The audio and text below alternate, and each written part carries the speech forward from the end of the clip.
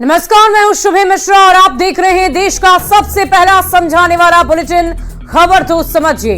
अगले आधे घंटे में हम आपको सिर्फ खबर नहीं दिखाएंगे बल्कि खबरों की पेचीदगी को भी समझाएंगे।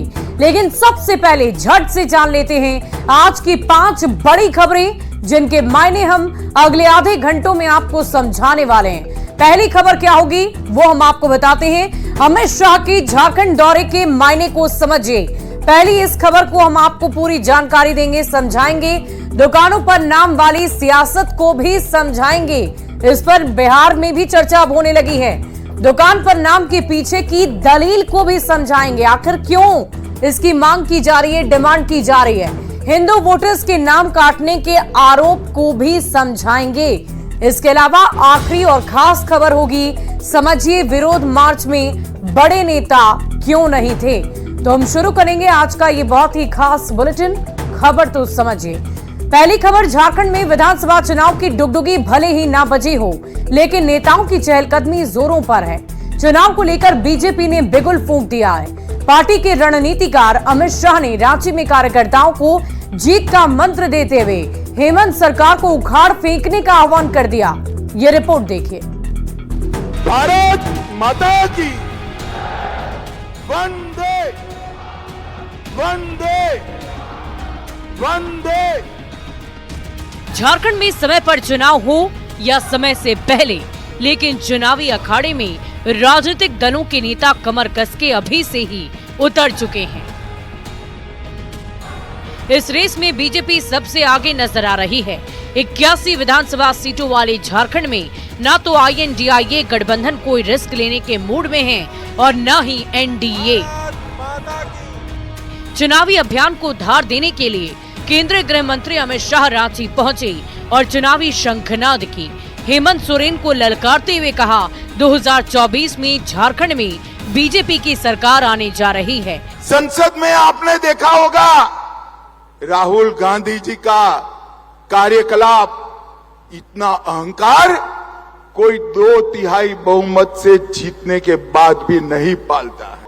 कांग्रेस वालों, हेमंत सोरेन जी लिख कर रख लो, दीवार पर लिखा हुआ मैं पढ़ पाता हूं। झारखंड में 24 के चुनाव में पूर्ण बहुमत से भारतीय जनता पार्टी की सरकार बनने जा रही है।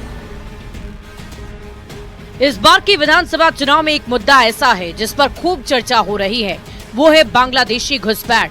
अमित शाह ने भी झारखंड में बदल रहे डेमोग्राफी का मुद्दा उठाया और जेएमएम कांग्रेस पर जमकर हमला बोला। हजारों घुसपैठिए आदिवासी बच्चियों के साथ शादी करते हैं, सर्टिफिकेट प्राप्त करते हैं, भूमि खरीदते हैं और आने वाले दिनों में आदिवासी जनसंख्या घटने वाली है। अब भी घट गई है। बाबूलाल जी ने कहा है वो सही है। देश भर में कहीं आदिवासी जनसंख्या कम हो रही है, केवल और केवल झारखंड में हो रही है। हेमंत सोरेन जी का आदिवासी कल्याण का मतलब है अपने परिवार का कल्याण। अरे हेमंत जी, आपने नहीं किया कल्याण। सबसे पहला आदिवासी मुख्यमंत्री अगर किसी ने दिया तो भारतीय जनता पार्टी ने बाबूलाल जी को बनाने का काम। इस बार का चुनावी रण बेहद दिलचस्प होने जा रहा है। सभी दल अपनी अपनी जीत का दावा कर रहे हैं, तो बांग्लादेशी घुसपैठ को लेकर भी सियासत जमकर हो रही है। रांची से न्यूज़ 18 संवाददाता संजय सिन्हा की रिपोर्ट। और अमित शाह के झारखंड दौरे के मायने समझाएं उसके पहले ये जान लेते हैं कि झारखंड बीजेपी के चुनाव प्रभारी शिवराज सिंह चौहान और सह प्रभारी हेमंत बिश्व शर्मा के हाल में कितने झारखंड दौरे हुए। सबसे पहले शिवराज सिंह के दौरों को आप जान लीजिए, कितनी दफा शिवराज सिंह चौहान यहाँ पहुंचे। तो देखिए, चुनाव प्रभारी शिवराज का ये 5वां दौरा है। 4 जुलाई, 17 जुलाई, 14 जुलाई, 20 जुलाई और पहली बार वो आए थे 23 जून को। यानी कि लगातार 5 दफा वो झारखंड का दौरा कर चुके हैं और करे भी क्यों ना, क्योंकि वो चुनाव प्रभारी बनाए गए हैं शिवराज सिंह चौहान। इसके अलावा हम आपको बताएंगे कि शिवराज सिंह चौहान की तरह ही हेमंत बिश्व शर्मा भी प्रभारी बनने के बाद 5 बार झारखंड आ चुके हैं। कौन कौन सी वो तारीख थी वो भी हम आपको बता देते हैं। इस बड़े से फ्रेम पर आप देखिए कौन कौन सी तारीख थी। 23 जून, 29 जून, 17 जुलाई, 11 जुलाई और 20 जुलाई। तो अब आप ये समझ सकते हैं कि बीजेपी कितनी फोकस्ड है झारखंड में होने वाले विधानसभा चुनाव को लेकर। अब आपको इस पूरी खबर को भी समझा देते हैं। अमित शाह के झारखंड दौरे के मायने भी समझिए। झारखंड में इसी साल विधानसभा का चुनाव होना है। बीजेपी हर हाल में झारखंड में सरकार बनाना चाहती है, क्योंकि अमित शाह को बीजेपी का चाणक्य माना जाता है। यही वजह है कि अमित शाह ने झारखंड की कमान अपने हाथों में ले ली है। अमित शाह ने कार्यकर्ताओं का हौसला बढ़ाया है, जीत का मंत्र तक दिया है। कार्यकर्ता सम्मेलन में अमित शाह की रणनीति की झलक नजर आई। अमित शाह ने अर्जुन मुंडा को अपने दाएं बैठाया, क्योंकि झारखंड एक आदिवासी बहुल राज्य है। अर्जुन मुंडा आदिवासी समाज के बहुत बड़े नेता हैं। अमित शाह ने मैसेज दिया कि लोकसभा चुनाव में हार के बावजूद अर्जुन मुंडा का कद कम नहीं हुआ बल्कि बढ़ गया है। आदिवासी समाज को नजदीकी का मैसेज दिया गया और इसके साथ ही अमित शाह ने घुसपैठ के मुद्दे को उठाया।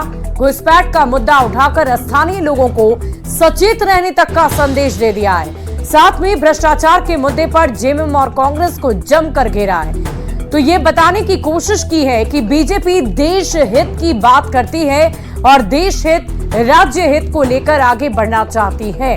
बढ़ते आगे, अगली खबर हम आपको बताएंगे।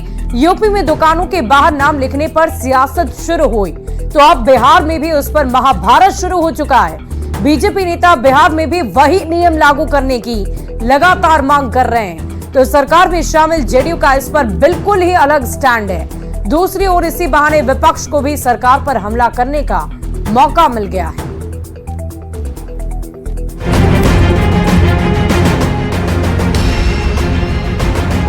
यूपी के बाद बिहार में भी कांवरिया पथ पर बनी दुकानों के बाहर दुकानदार का नाम लिखने की मांग पर सियासत शुरू हो गई है। नाम अगर रहता है तो आदमी जो धर्म यात्री, कांवर यात्री जा रहे हैं, धर्म में जा रहे हैं, तो थोड़ा विवाद उससे पहले देख लेगा। पहले बाद में नाम पूछने से जो विवाद होता था और झगड़ा झंझट होता था, तो उससे छूट मिलेगी।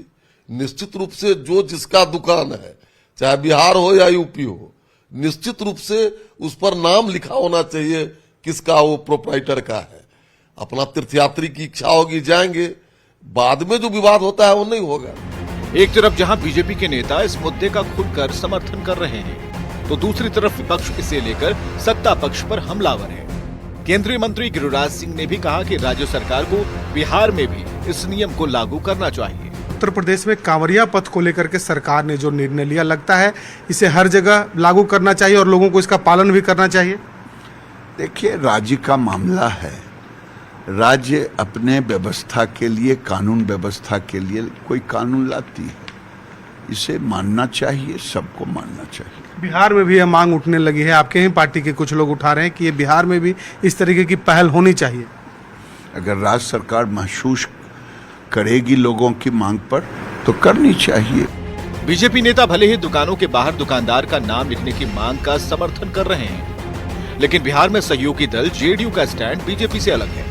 नीतीश सरकार में मंत्री मदन सहनी ने कहा कि ये सब बेकार की बातें हैं। ज्यादातर दुकानों के बाहर दुकानदार का नाम लिखा होता है और कांवरियों को भी सारी जानकारी होती है। ये जो है सोची समझी एक तरह से समझिए कि रणनीति है, और कौन दुकानदार है जो अपने दुकान का नाम जो है प्रदर्शित नहीं करते हैं, चाहे वो बड़ा दुकान हो या छोटा दुकान हो। अब इसको सावन के लिए अलग से प्रदर्शित करने का हमको कोई औचित्य नज़र नहीं आता है। और जो भी उपभोक्ता होते हैं, कस्टमर होते हैं, उनको पता होता है कि ये दुकान धर्म के आधार पर ये लोग अगर इशारा कर रहे हैं तो ये पता होता है कि ये दुकान किसका है। नाम पर शुरू हुई सियासत पर विपक्ष ने पलटवार किया। आरजेडी के राज्यसभा सांसद मनोज झा ने गिरिराज सिंह को कहा कि पहले उन्हें हिंदू बनने और हिंदुत्व को समझने की जरूरत है। मैं तो मानता हूं कि इस तरह की मूढ़ता और मूर्खता के साथ व्यक्ति केंद्र में मंत्री बना बैठा। सबसे पहले तो गिरिराज जी को एक हिंदू बनने की जरूरत है। वो हिंदू नहीं है, नौटंकीबाज है। गांधी वाले हिंदू हैं, हेराम वाले हिंदू हैं, नहीं बन पाया। मसला डिमार्केशन का, मार्क करने का, चिन्हित करने का। नाम लिखने की मांग पर बिहार में सभी दलों का अलग अलग स्टैंड है। आरजेडी खुलकर इस मांग का विरोध कर रही है, जबकि बीजेपी के नेता इसका खुलकर समर्थन कर रहे हैं। ऐसे में आगे ये मांग और मुद्दे पर सियासत कहां जाकर रुकती है, देखना होगा। Bureau report, news 18। और आइए अब ये जान लेते हैं कि दुकानों के आगे नाम लिखने का ये पूरा विवाद आखिर क्या है। यूपी के मुजफ्फरनगर में ये विवाद शुरू हुआ था। क्या कुछ हुआ, हम आपको बताते हैं। सबसे पहले ये विवाद शुरू हुआ मुजफ्फरनगर से। कांवरिया पथ को लेकर ये आदेश दिया गया था। यह आदेश वहीं पर जारी किया गया। दुकानों के आगे नाम के विवाद को लेकर पूरी जानकारी हम आपको दे रहे हैं। होटल, ढाबे, ठेले के आगे नाम लिखने का आदेश दिया गया। मालिक और स्टाफ के नामों को लिखने का आदेश दिया गया था। और इसके अलावा उत्तराखंड यानी कि हरिद्वार में भी पुलिस को यही आदेश जारी किया गया। उत्तराखंड में हरिद्वार पुलिस का भी आदेश जारी किया गया। यानी कुल मिलाकर इसी पूरे मामले को लेकर घमासान मचा हुआ है। और अब बिहार की बात कर ले। बिहार में भी नाम लिखने की मांग जारी है। मांग की जा रही है कि उत्तर प्रदेश जैसी स्थिति यहां भी हो। आदेश को लेकर राजनीति भी छिड़ी हुई है। विपक्ष लगातार माहौल बिगाड़ने का आरोप लगा रहा है। और इसी बीच दुकान पर नाम लिखने को लेकर दलील की ओर दी जा रही है। वो भी आप जान लीजिए कि क्या दलील है। आखिर कांवरियों की आस्था और शुचिता के लिए यह आदेश जारी किया गया है। क्यों ये दलील है? कांवरियों की आस्था और शुचिता के लिए दुकान के आगे नाम से कांवरियों को भ्रम नहीं होगा कि वो कहां से कौन सी चीज ले रहे हैं, क्या खा रहे हैं, क्या पी रहे हैं। इससे श्रद्धालुओं की भावनाएं आहत नहीं होंगी, धार्मिक भावनाएं आहत नहीं होंगी, कानून व्यवस्था की स्थिति भी खराब ना हो, इसको लेकर भी पूरी चर्चा की जा रही है। तो आपको ये भी बता देते हैं कि आखिर इस पूरे विवाद की शुरुआत कब और कहां से हुई, कैसे हुई, इसकी पूरी जानकारी लीजिए। कैसे शुरू हुआ था ये विवाद? विवाद की शुरुआत पिछले साल हुई है, यानी कि 2023 में। इसके आगे आपको बताते हैं, हिंदू देवी देवताओं के नाम पर मुसलमान मालिक ढाबे चलाते थे और इसीलिए ये विवाद शुरू हो गया। स्वामी यशवीर ने इन ढाबों को बंद कराने की मुहिम की शुरुआत की और ऐसे होटलों पर प्रशासन ने सख्ती दिखाई, जिसके बाद ये आदेश जारी किया गया कि आपको नाम के साथ दुकान खोलनी है। स्वामी यशवीर की मुहिम के बाद कई होटल बंद हो गए और इस साल स्वामी यशवीर ने दुकानों पर नाम लिखने की मांग कर दी है और इसीलिए उत्तर प्रदेश में इसे जारी भी किया गया। अधिकारियों से मिलकर स्वामी यशवीर ने नाम लिखने की मांग की। अब आपको ये पूरी खबर समझाते हैं। पूरा मामला आपने समझ लिया, दलील समझ ली, कैसे ये विवाद शुरू हुआ वो भी समझ लिया, लेकिन खबर क्या है वो समझिए। खाने पीने की दुकानों पर नाम लिखने की बात पर सियासी संग्राम छिड़ा हुआ है। यूपी सरकार के आदेश पर विपक्ष निशाना साध रहा है, लेकिन ये कोई नया फरमान नहीं है। ये कानून कांग्रेस सरकार ने ही बनाया था। यूपीए सरकार ने खाद्य सुरक्षा अधिनियम 2006 बनाया था और इस कानून में स्पष्ट प्रावधान है कि खानपान के दुकानदारों को फूड लाइसेंस लगाना होगा। ये फूड लाइसेंस ऐसी जगह लगाना होगा जहां आसानी से देखा जा सके, लेकिन योगी सरकार ने इसे सावन के पहले लागू कर दिया है, वो भी खास करके कांवरियों पथ पर जहां से कांवरिये गुजरते हैं। और यही वजह है कि ये आरोप लग रहा है कि ये सब कुछ मुसलमानों को टारगेट करने के लिए किया जा रहा। समझने वाली बात यह भी है कि धर्म और जात के नाम पर सियासत कोई नई बात नहीं। बीजेपी हिंदू हितों की बात करती रही है। बीजेपी के नेता विपक्षी दलों पर तुष्टीकरण की राजनीति करने का आरोप लगाते रहे हैं, जबकि विपक्ष का आरोप है कि बीजेपी सांप्रदायिकता फैला रही है। इस तरह के फैसलों के जरिए समाज को बांटा जा रहा है। बढ़ेंगे आगे अगली खबर की ओर। केंद्रीय मंत्री गिरिराज सिंह ने बहुत बड़ा आरोप लगाया। गिरिराज सिंह ने कहा कि लोकसभा चुनाव में बहुत बड़ी संख्या में हिंदू वोटरों के नाम काटे गए। गिरिराज सिंह ने कहा कि साजिश के तहत चुनाव में वोट जिहाद किया गया। गिरिराज ने निर्वाचन आयोग से इस पूरे मामले की गंभीरतापूर्वक जांच कराने की मांग कर दी है। अब जोड़िए, जहां 2200 बूथ है, अगर वहां पर हिंदुओं का बूथ से 50 वोट भी एवरेज निकल गया, 40 बूथ भी निकल गया, तो कितना वोट हो गया? 20 बूथ भी निकल गया और उतने ही वोट मुसलमानों के बूथों पर जोड़ दिया। बीजेपी के फायर ब्रांड नेता और केंद्रीय मंत्री गिरिराज सिंह ने बहुत बड़ा आरोप लगाया है। गिरिराज सिंह का आरोप है कि चुनाव में साजिश के तहत हिंदू वोटरों के नाम काटे गए। वोट जिहाद शब्द का इस्तेमाल करते हुए गिरिराज सिंह ने आरोप लगाया है कि हर लोकसभा क्षेत्र में कम से कम 50 से 60 हजार हिंदू वोटरों के नाम काट दिए गए। ये एक साजिश हुआ, ये ऐसा साजिश हुआ इसमें सरकार कहीं नहीं रहता, ये सिस्टम को हैक किया। गिरिराज सिंह ने कहा कि चुनाव के समय बेगूसराय से उनके पास बहुत से लोगों के कॉल आए कि उनका नाम वोटर लिस्ट से काट दिया गया है। गिरिराज ने निर्वाचन आयोग से इस मामले की गंभीरता से जांच कराने की मांग की और साथ ही वे अपने स्तर से भी सर्वे करा रहे हैं। देखिए, ये बेगूसराय ब्लॉक का है।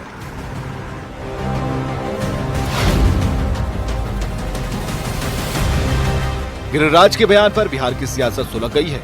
विपक्षी नेताओं ने गिरिराज सिंह पर माहौल खराब करने की कोशिश का आरोप लगाया। तो कभी भी ढंग की बात नहीं करते, जिस विभाग के मंत्री उसके बारे में नहीं बात करते, वो सांप्रदायिकता फैलाने की ही बात करते हैं। जब भी बोलते हैं गलत बोलते हैं। न बिहार के कल्याण के लिए, ग्रामीण विकास मंत्री के रूप में बिहार के लिए कुछ नहीं किया, तो सिर्फ हिंदू मुसलमान इससे नहीं चलेगा काम। हिंदू वोटर के नाम काटे जाने के आरोप पर जेडीयू ने भी किनारा कर लिया है। जेडीयू प्रवक्ता नीरज कुमार ने कहा कि इस तरह का आरोप लगाना निर्वाचन आयोग पर आरोप लगाने जैसा है। कोई राजनीतिक दल का कार्यकर्ता अगर संजीदा नहीं हो तो धर्म के आधार पर दोषारोपण किया जाना कहीं से न्याय संगत नहीं। गिरिराज सिंह का आरोप है कि ये खेल सिर्फ बिहार ही नहीं बल्कि बंगाल, झारखंड और यूपी में खेला गया। सवाल है कि क्या ऐसा संभव है? अगर हाँ, तो निर्वाचन आयोग को इसका पता कैसे नहीं चला? न्यूज़ 18 के लिए पटना से शैलेंद्र कुमार के साथ ब्यूरो रिपोर्ट। और जानिए कि वोटर लिस्ट में आखिर नाम कैसे जुड़ता है। आपको पूरी जानकारी देंगे कि वोटर लिस्ट में नाम कैसे जोड़ा जाता है। अगर आपका नाम भी नहीं है तो आप कैसे जोड़ सकते हैं। सबसे पहले तो आपकी उम्र 18 साल होनी चाहिए। 18 साल का कोई भी भारतीय नागरिक वोट डाल सकता है, उसे अनुमति है। यानी कि आपके पास वोटर आईडी अगर होगी तो आप वोट डाल सकते हैं। वोट डालने के लिए वोटर लिस्ट में आपका नाम होना जरूरी है। आपकी उम्र अगर 18 साल है भी तो उस लिस्ट में आपका नाम होना चाहिए। वोट के लिए रजिस्ट्रेशन जरूरी होता है, आपको अपना रजिस्ट्रेशन कराना होगा। इसके अलावा ऑनलाइन और ऑफलाइन दो तरीके से वोटर आईडी बनाई जाती है। वोटर कार्ड आपका बन सकता है, रजिस्ट्रेशन भी दो तरीके से हो सकता है। ऑनलाइन रजिस्ट्रेशन के लिए www.nvsp.in पर आप रजिस्ट्रेशन करा सकते हैं। ये वेबसाइट है जिस पर जाकर आप अपना रजिस्ट्रेशन वोट डालने के लिए, वोटर लिस्ट में अपना नाम जुड़वाने के लिए आप जा सकते हैं। चुनाव से पहले निर्वाचन आयोग हर बार मुहिम चलाता है ताकि आप अपने नाम को वोटर लिस्ट में शामिल करवा सके। इसके अलावा आपको बता दें कि 18 साल की उम्र पार करने वाले युवा वोटर्स बनते हैं। अगर आप 18 साल से कम उम्र के हैं तो आप वोट डालने का अधिकार आपको नहीं है, ना ही आप वोटर आईडी बनवा सकते हैं। रजिस्ट्रेशन सेंटर पर जाकर वोटर लिस्ट में नाम जुड़वाया जा सकता है। हमने आपको पहले ही बताया कि दो तरीके से, यानी कि ऑनलाइन और ऑफलाइन दोनों ही तरीके से आप अपने नाम को वोटर लिस्ट में ऐड करवा सकते हैं। चुनाव रजिस्ट्रार के दफ्तर में फॉर्म जमा करना होगा। चुनाव रजिस्ट्रार के दफ्तर आप जाइए, वहां पर आप फॉर्म भरकर जमा कर सकते हैं। जनवरी के पहले सप्ताह में वोटर लिस्ट जारी होता है। इसके अलावा नेशनल वोटर सर्विस पोर्टल पर वोटर लिस्ट जारी किया जाता है। तो इस पोर्टल पर आप जाकर अपने नाम को देख सकते हैं। अगर आपने सारी प्रक्रिया को पूरा कर लिया तो वोटर के पास नाम जुड़वाने के अलावा और भी कई अधिकार हैं। क्या क्या अधिकार हैं? अगर आप भारत के नागरिक हैं, आप वोटर हैं, तो आइए जानते हैं। नाम और पता को सही कराने का ऑप्शन आपके पास है। बहुत सारी सुविधाएं हैं। इसके अलावा हम आपको बता दें कि दूसरी सुविधा आपके लिए क्या हो सकती है। नाम पता सही कराने के लिए फॉर्म भरना होगा। 8 तरह के फॉर्म आपको भरने होते हैं। अगर आपको अपने नाम में तब्दीली करनी है, एड्रेस में तब्दीली करनी है, जगह बदलने पर वोट ट्रांसफर का भी ऑप्शन है। अगर आप यहाँ नहीं रहते, कहीं और चले जाएंगे, किसी और राज्य में जाएंगे, कहीं पर भी जाएंगे, तो ट्रांसफर करने के लिए आप फॉर्म भर सकते हैं। गलत व्यक्ति का नाम कटवाया भी जा सकता है। अगर कोई और व्यक्ति है जो यहाँ का नागरिक नहीं लेकिन वो वोट देना चाहता है और उसका नाम शामिल है तो उसके वोट को, उसके नाम को कटवा सकते हैं। वोटर लिस्ट से नाम कटवाने की भी जो प्रक्रिया है वो भी आपने देख ली। तो देखिए अब आपको इस पूरी खबर के मायने समझाते हैं। हिंदू वोटर्स के नाम काटने के आरोप को समझिए। कहा यह जा रहा है कि हिंदू वोटर्स के नामों को काटा जा रहा है। कई बार वोटर लिस्ट से नाम काटने की बात सामने आती है कि वोटर्स के नाम को काट दिया जा रहा है। वोटर जब बूथ पर पहुंचता है तो यह पता चलता है कि उसका नाम तो लिस्ट में है ही नहीं। राजनीतिक दल आरोप लगाते रहे हैं कि गलत ढंग से वोटर के नाम काटे गए। आम आदमी पार्टी ने दिल्ली में वोटर लिस्ट से 30 लाख लोगों के नाम काटने का आरोप लगाया था। तेलंगाना में भी 22 लाख लोगों के नाम वोटर लिस्ट हटाने के आरोप लगे थे। और अब गिरिराज सिंह ने साजिश के तहत हिंदू वोटर्स के नाम काटने का आरोप लगा दिया है। हालांकि अब वोटर लिस्ट से नाम कटवाना इतना आसान तो नहीं। फिर भी अगर गिरिराज सिंह के आरोप में दम है तो ये बात काफी गंभीर है। और फिलहाल इस खास बुलेटिन में अभी के लिए बस इतना ही। आप बने रहे न्यूज़ 18 बिहार झारखंड।